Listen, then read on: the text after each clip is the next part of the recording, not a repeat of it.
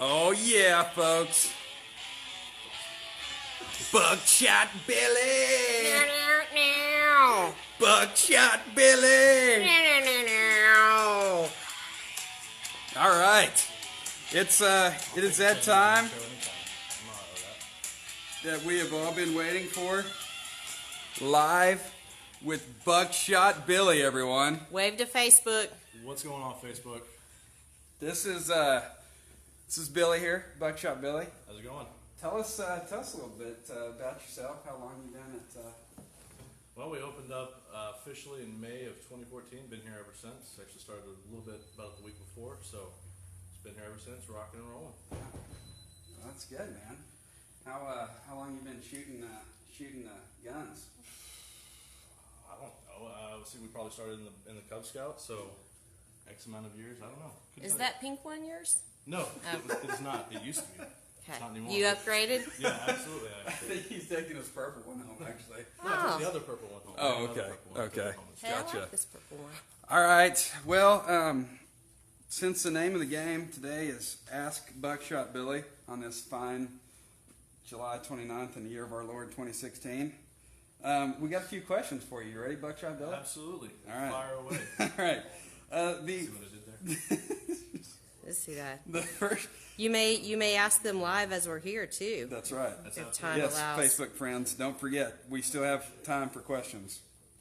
Okay, the first question we have is coming from Ange S.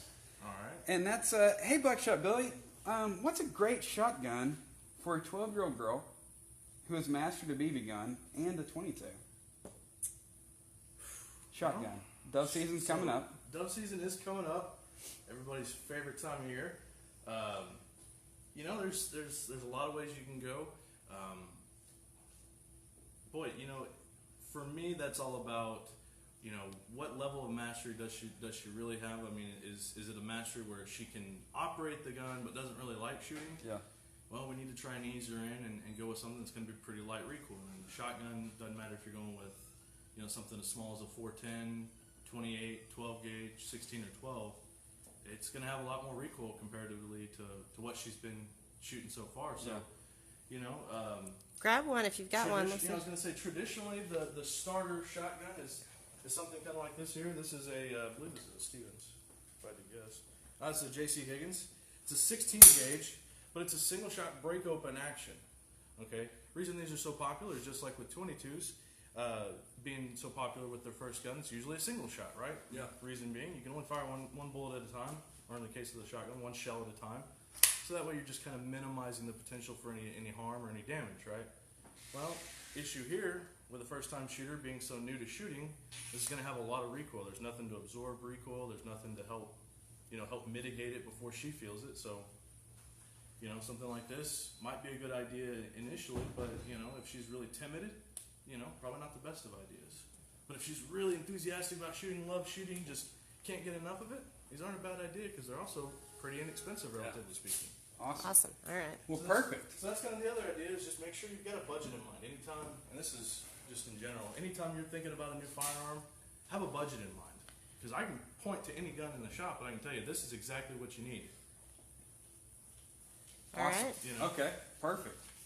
All right, this question comes from Ted S. And it says, hey Buckshot Billy, can you explain the difference between a clip and a magazine? I thought they were the same thing. Everybody thinks that, and they have a slight similarity in certain firearms, but essentially, real layman's, real easy way to think about it is a clip is something that holds bullets, so they do the same thing like that. Clips and magazines both hold bullets. The only difference is a clip holds them so you can load them into a magazine. Gotcha. One of the most popular firearms of all time, especially in World War II, was the M1 Garand. It was a magazine held, internal magazine held, but it is loaded by a top-loading clip. So can you show us a magazine? I can show you a magazine, absolutely. This is a small car, 380. This is the magazine. The magazine is a standalone piece where I can individually load bullets into the magazine. I don't have anything that is a clip-fed item, so that's kind of unfortunate. But something you can do that you see every now and again with revolvers, it's called a moon clip. It's physically a little disc that sits right here on the cylinder. when it's empty, you just push it out and it holds out. Except what the moon clip does is it physically holds the shells in place for quick speed loading. You see, it's really popular among speed loaders. Okay, awesome. All right, perfect. Okay, hey Buckshot Billy, new gun owner here. How do I know which way the bullet's going to the magazine? This is from Christina B. Okay, so kind Good of tough question. to know. If you just have a magazine sitting there in front of you, it might be kind of tough to know. There's a couple of things you can do. I'll try and pick out a bigger magazine here so that way we've got a little bit better visual of what we're dealing with here. So this is your magazine. You can kind of tell from the top here, the front of it is a little bit more open, whereas the back of it here is a little more closed off. Just a real quick reference, the back of the magazine is where the back of the bullet should go. And the back of the bullet, I'll just pull my magazine out also to look at it. The back of the bullet is the encased part. It has a little primer here at the back, but it's the encased part here at the back. The bullet's what comes out of the case and goes down the barrel. So if you think about it that way, you need to make sure that the part that goes down the barrel is closest to the barrel, and that's the front of the magazine. The other really easy way to tell is if the magazine is correctly inserted into the gun, when you pull it out, the magazine is going to be oriented the correct way, and you just know to load the bullet that way. Gotcha. Perfect. Great explanation. All right. Hey, Buckshot Billy, I bought my first revolver. It's a 357 mag. Awesome. A friend was telling me I can shoot 38 special through it. Is this true? Absolutely, it's What true. would be the benefits? And this is coming from our friend Tim B. All right, Tim. So what you're doing there is you're basically dealing with the same. So we talked just now about bullets, right? The bullet is traditionally the thing that people think of when the full item. Yeah. Well, that's really the cartridge. The bullet's the thing that goes down the barrel and hits the target. The bullet is the same thing between the two. The only difference is in a 38 special, it's loaded in a little bit shorter casing. Okay.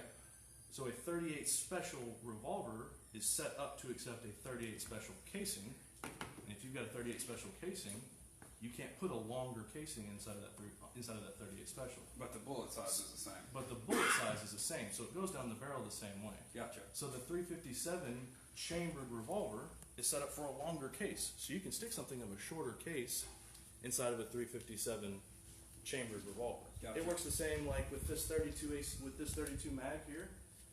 Any 32 caliber cartridge will fit inside of this and fire because the bullet diameter is the same. Gotcha. It's just loaded in a little bit longer, heavier duty case. Okay. Perfect. All right.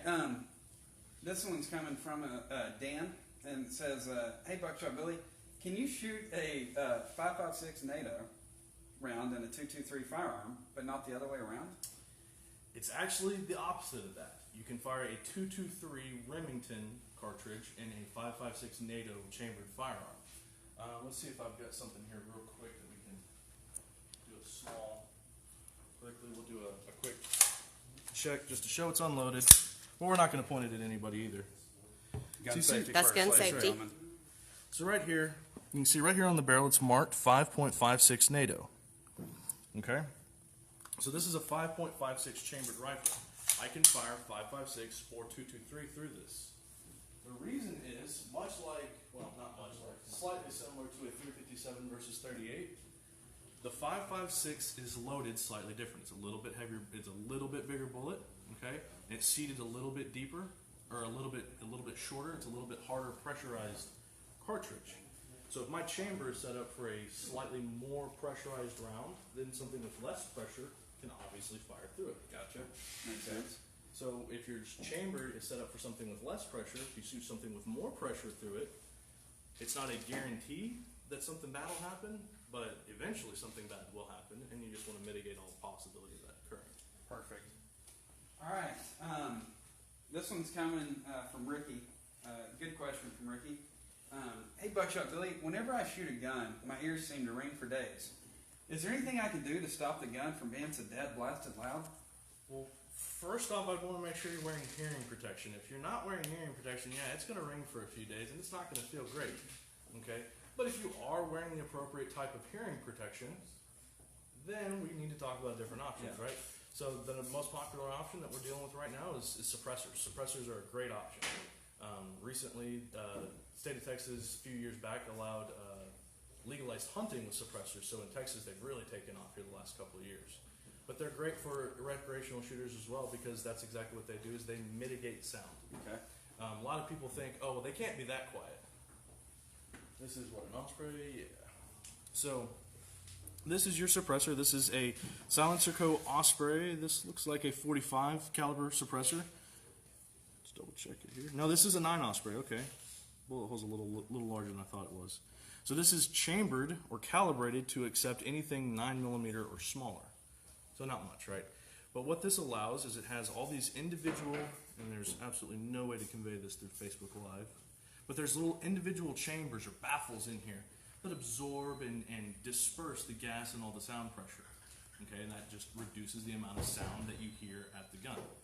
Now, one of the other ways you can reduce that is by having what's called subsonic ammunition. Subsonic ammunition is doing just that. It's traveling minus the speed of sound. Okay, it doesn't ever break the sound speed barrier. Okay. Okay, so there's not that crack. That crack is what you hear.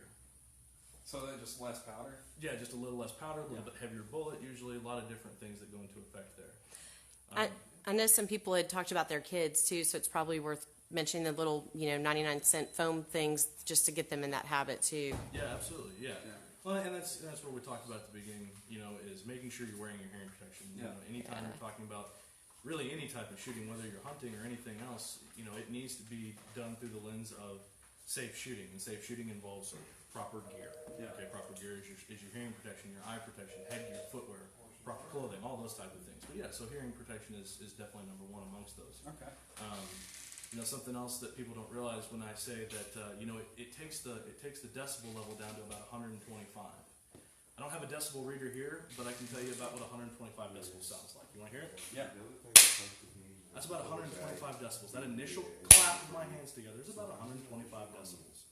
So if I can take the sound of the bullet to that, we can all pretty much agree that that's pretty livable, right? Yeah. So that's well within the hearing safe decibel level, about 140 decibels.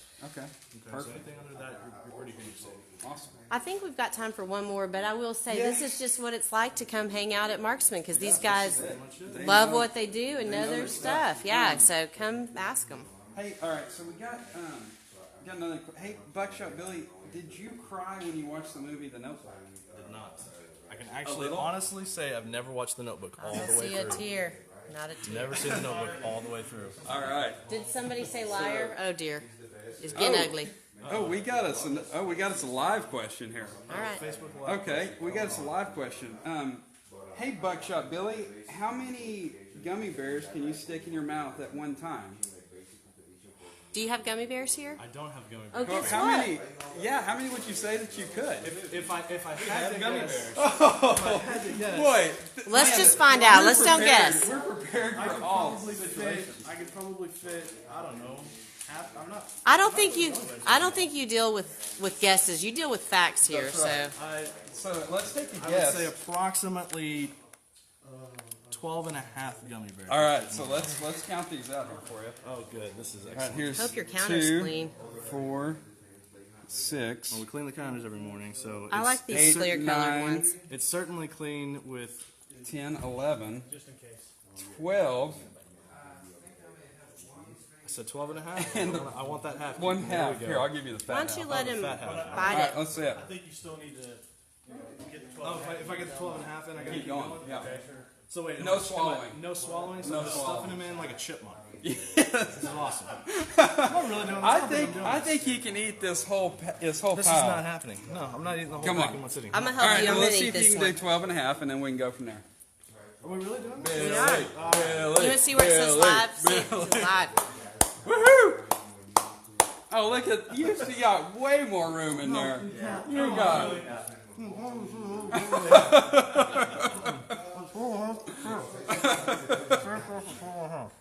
All right, Facebook fans. Well, this has been the inaugural hashtag Ask Buckshot Billy. Sure, 5, but can't eat 12 and a half all Hope you enjoyed it. Can we come back next week, or are you kicking us out? Absolutely. Come back anytime you want. All right. Keep All your right. questions.